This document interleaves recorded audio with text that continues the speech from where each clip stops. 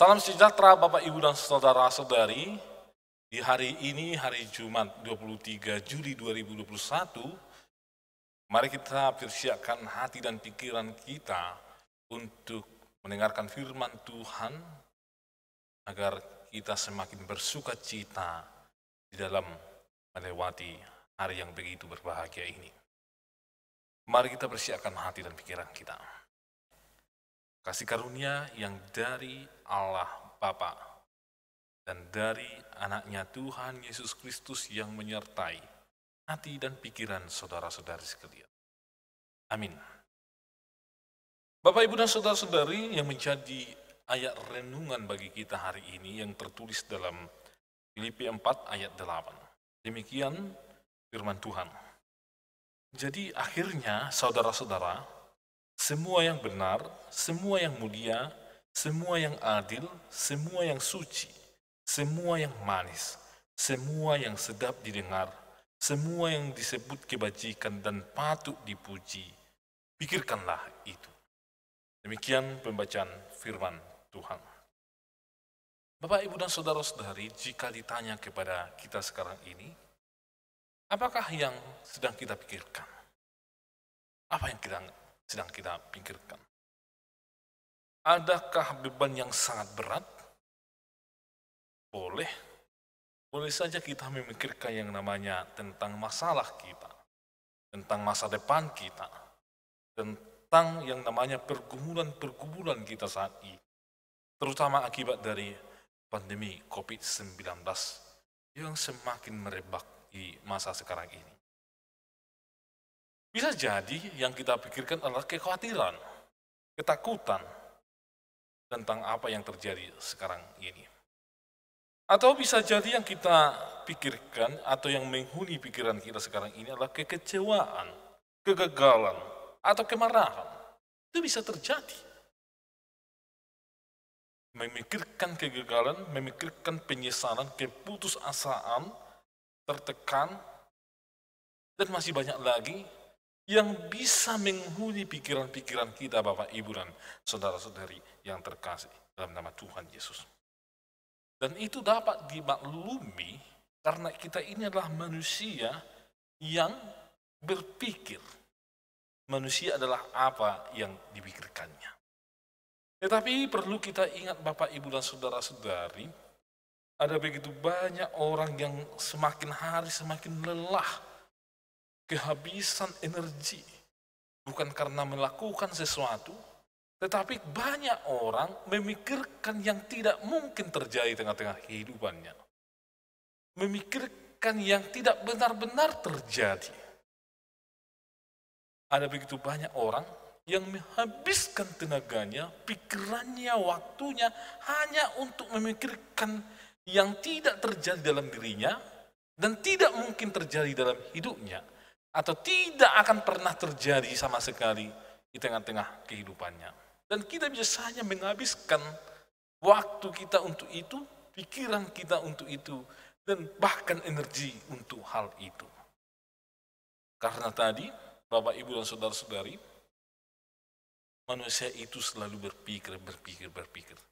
Tetapi Bapak, Ibu, dan saudara-saudari, penting kita catat bahwa janganlah kita menjadi orang-orang yang hanya menghabiskan yang namanya energi kita, tenaga kita, waktu kita untuk memikirkan yang sebenarnya tidak perlu kita pikirkan. Karena itu akan bisa membuat kita semakin capek, bahkan menimbulkan penyakit. Apalagi di pandemi COVID-19 ini, Bapak, Ibu, dan saudara-saudari, salah satu yang membuat seseorang itu imunitasnya cepat turun adalah karena masalah pikiran, stres. Tetapi salah satu yang membuat seseorang imunitasnya itu meningkat, naik, adalah karena pikiran juga yang tenang, memikirkan apa yang baik, yang mulia, yang suci, yang sedap didengar, yang manis, yang merupakan bagian dari kebajikan dan patut dipuji. Rupanya Bapak, Ibu, dan saudara-saudari, setiap orang di tengah-tengah dunia ini memiliki hal-hal yang dominan yang dipikirkannya di tengah-tengah hidupnya. Ada orang yang selalu dominan memikirkan hal-hal yang negatif di tengah-tengah kehidupannya.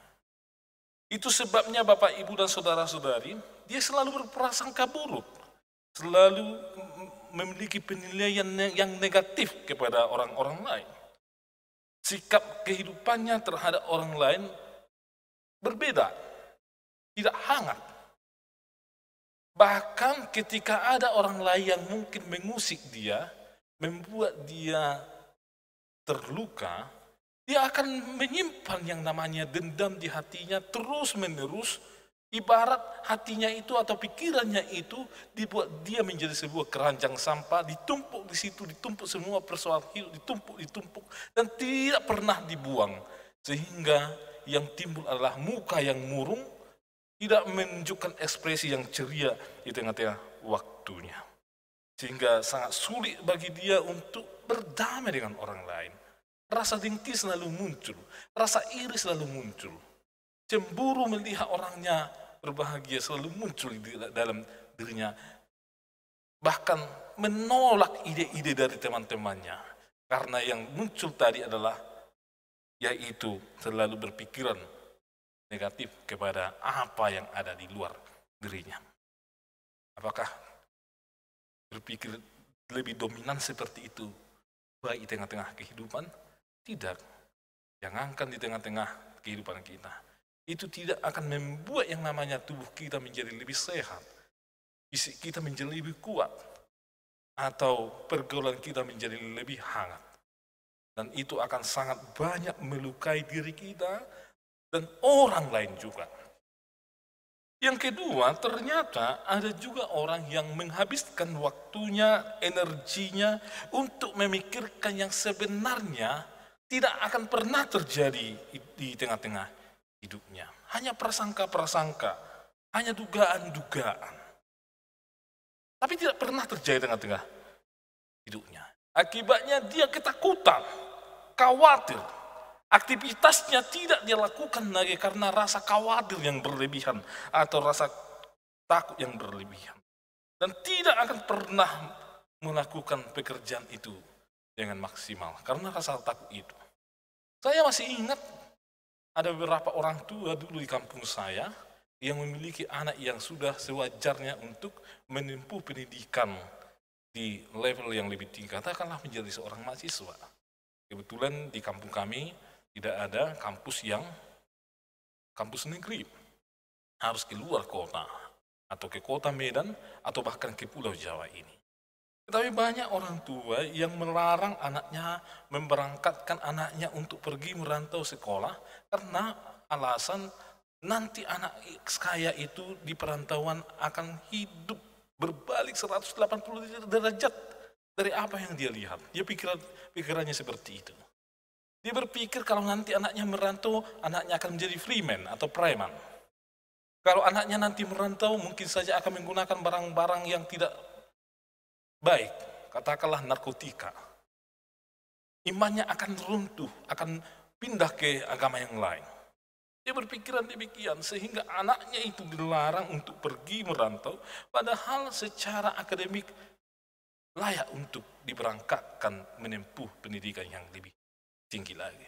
Tetapi begitulah, anak menjadi korban, tidak berangkat sekolah, hanya tinggal di kampung halamannya, ya begitu-begitulah hidupnya. Atau Bapak, Ibu, dan saudara-saudari, ada orang yang sedang melakukan rapat. Dan ini sering terjadi. Ketika ada satu gagasan pemikiran yang akan dilaksanakan misalnya tahun ini, lalu ada orang yang selalu pesimis. Lalu mengatakan akibat-akibat negatif dari melakukan program tersebut. Sehingga mempengaruhi peserta yang lain, akhirnya program itu tidak jadi dilakukan karena takut bahwa akan ada kegagalan, akan ada tantangan ini dan tantangan itu. Bapak, Ibu, dan saudara-saudari, program mana di dunia ini yang tidak menghadapi yang namanya tantangan? Rencana mana di dunia ini yang tidak harus dikerjakan dengan jerih payah, harus menghadapi tantangan dan yang lain-lain. Jadi Bapak, Ibu, dan saudara-saudari, kita perlu melihat ke dalam diri kita, apakah kita menjadi bagian dari poin yang nomor 2 ini. Belum apa-apa sudah khawatir. Yesus Kristus sendiri pernah khawatir dengan apa yang dia akan jalani. Itu sebabnya ketika dia berdua di Taman Getsemani, dia memohon kepada Tuhan supaya cawan itu dijauhkan darinya. Tetapi biarlah kehendak Tuhan Allah yang. Tetapi Bapak, Ibu, dan saudara-saudari, dalam rasa kekhawatiran itu Tuhan Yesus Kristus tidak punya niat untuk menggagalkan rencana Allah itu. Dia menyerahkan kekhawatirannya itu kepada Allah, dan biarlah rencana Allah yang akan terjadi. Dan memang betul-betul rencana Allah yang terjadi. Yesus disalibkan, umat manusia diselamatkan, dan kita beroleh keselamatan dan beroleh jaminan hidup yang kekal bersama dengan Allah Bapa kita di sorga kelak.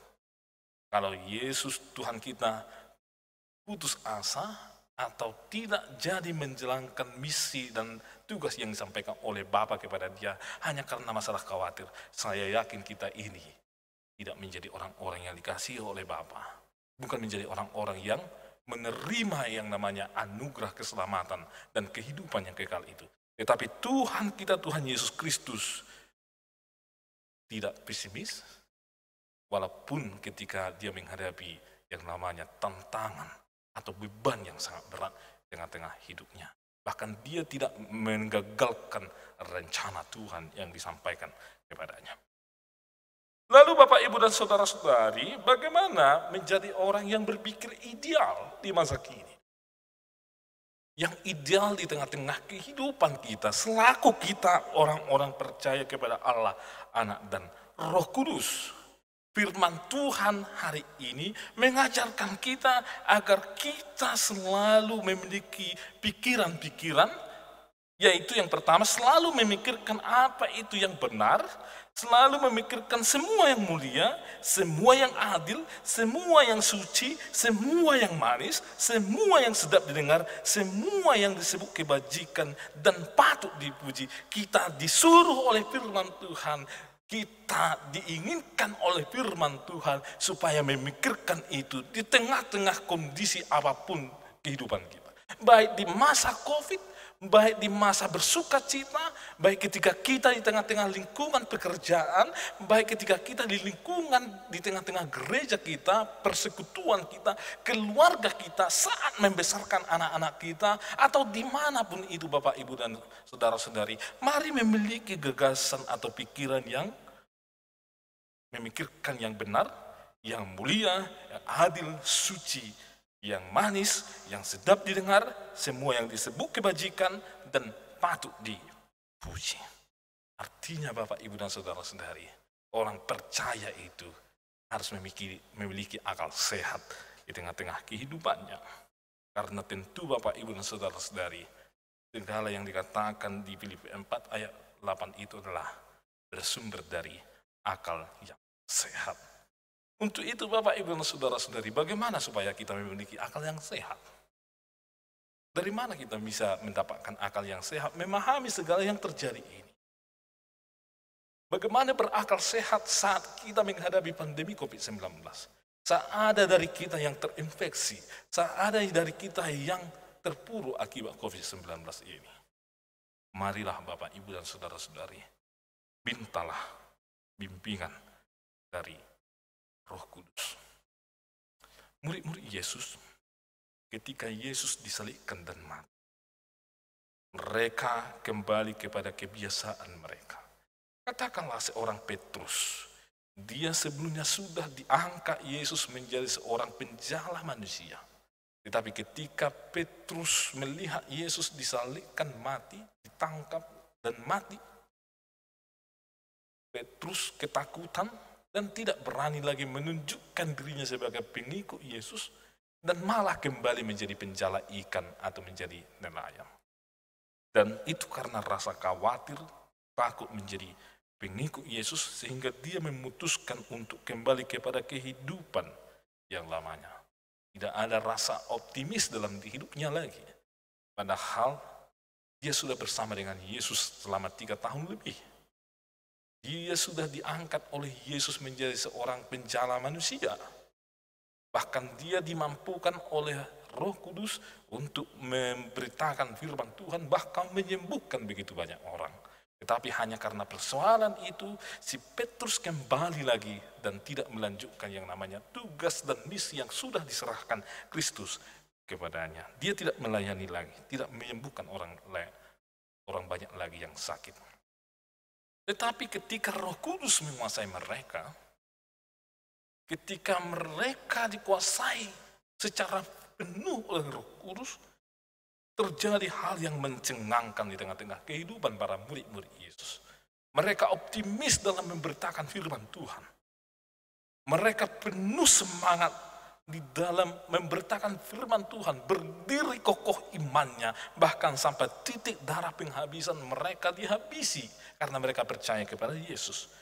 Imannya kokoh, mereka memikirkan yang benar, memikirkan yang mulia, mengenal yang namanya keadilan, hidup suci, berkata-kata yang manis dan sopan, yang sedap didengar, agar mereka diterima ketika memberitakan yang namanya firman Tuhan. Hidup di dalam kebajikan, dan jemaat mula-mula itu adalah jemaat-jemaat yang patut dipuji secara perilaku, secara cara hidup, perkataan, buah pikiran juga. Itulah yang dialami oleh murid-murid Yesus dan jemaat mula-mula pada waktu itu. Sehingga kekristenan itu melebar kemana-mana dan diterima karena apa yang dikatakan dalam Filipi 4 ayat 8 ini.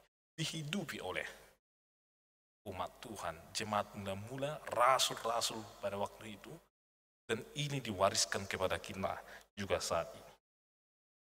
Untuk itu Bapak, Ibu, dan saudara-saudari, marilah mintalah bimbingan dari Roh Kudus, agar kita memiliki yang namanya pikiran yang benar, yang mulia, yang adil, yang suci, yang manis, semua yang sedap didengar, yang disebut kebajikan, patut dipuji di dalam menghadapi situasi kehidupan kita sekarang ini.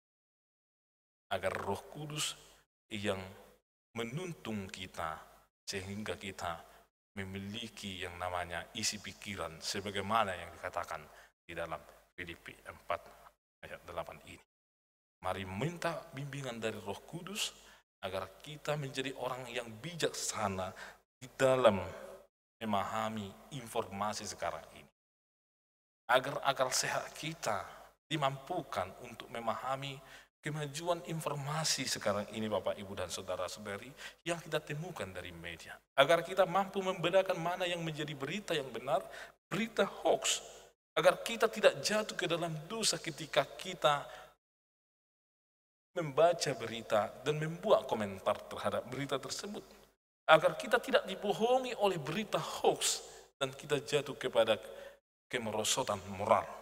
Agar narasi-narasi yang bohong, yang tidak benar tidak kita telan, tetapi marilah dengan akal sehat memahaminya itu semua. Dan mintalah bimbingan dari Roh Kudus agar kita dibimbing untuk membangun diri kita, membangun iman kita, sehingga hidup kita ini seperti yang dikatakan di dalam Filipi 4 ayat 8. Amin. Tuhan, kami bersyukur hari ini Engkau senantiasa memberkati kami.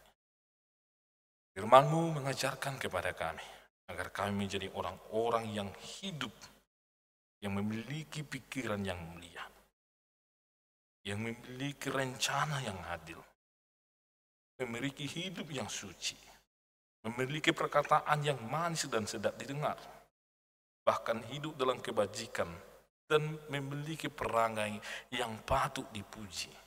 Karena kami inilah umat tebusan-Mu yang dikuasai oleh Roh Kudus-Mu. Bimbinglah kami agar kami ya Tuhan selalu menampilkan sebagaimana yang dikehendaki oleh firman-Mu. Jemaat-Mu ya Tuhan kami serahkan kepadamu, bimbinglah, kuatkanlah, berikanlah perlindungan dan keselamatan kepada jemaat-Mu. Jauhkan dari mara bahaya, serta Engkau yang memberikan pikiran-pikiran yang terang bagi mereka, agar mereka ya Tuhan hidup di masa pandemi ini, dibimbing oleh Roh Kudus. Kami berdoa bagi jemaat-Mu ya Tuhan yang sakit akibat pandemi COVID-19 dan penyakit-penyakit yang lain. Engkaulah yang meluputkan, yang memberikan kesembuhan bagi mereka, agar jemaat-Mu ya Tuhan beroleh kesembuhan dan penuh sukacita di dalam melewati hari yang Tuhan telah anugerahkan bagi kami. Sebagian juga jemaat-Mu ya Tuhan menghadapi masa-masa sulit karena perekonomian yang menurun sekarang ini akibat dampak dari COVID-19 ya Tuhan. Tuhanlah yang berikan pikiran yang tenang, hati yang terarah kepada Tuhan, agar jemaat-Mu ya Tuhan dibimbing oleh Roh Kudus dalam menentukan apa yang terbaik di tengah-tengah kehidupan jemaat-Mu. Dan tolonglah kami ya Tuhan untuk bisa lepas dari kesulitan akibat dari COVID-19 ini Tuhan. Berkatilah para anak-anak yang menghadapi pendidikan sekarang ini ya Tuhan. Engkau yang senantiasa memberikan hikmat bagi mereka, agar mereka ya Tuhan menggali ilmu lebih banyak lagi. Mereka menjadi anak-anak yang bertakwa kepada-Mu dan berguna bagi bangsa dan negara kami. Kami berdoa buat bangsa dan negara kami, Engkau yang melindungi, yang menjauhkan dari perpecahan. Dan Tuhanlah yang meluputkan kami dari mara bahaya, terutama akibat dari COVID-19. Kami juga berdoa bagi pemerintah kami, Tuhanlah yang memberkati, melindungi, memberikan kekuatan dan hikmat, agar mereka ya Tuhan mampu membuat kebijakan-kebijakan yang terbaik untuk kemajuan bangsa kami ini ya Tuhan, untuk keamanan dan kesejahteraan di tengah-tengah bangsa kami, terlebih di masa pandemi COVID-19.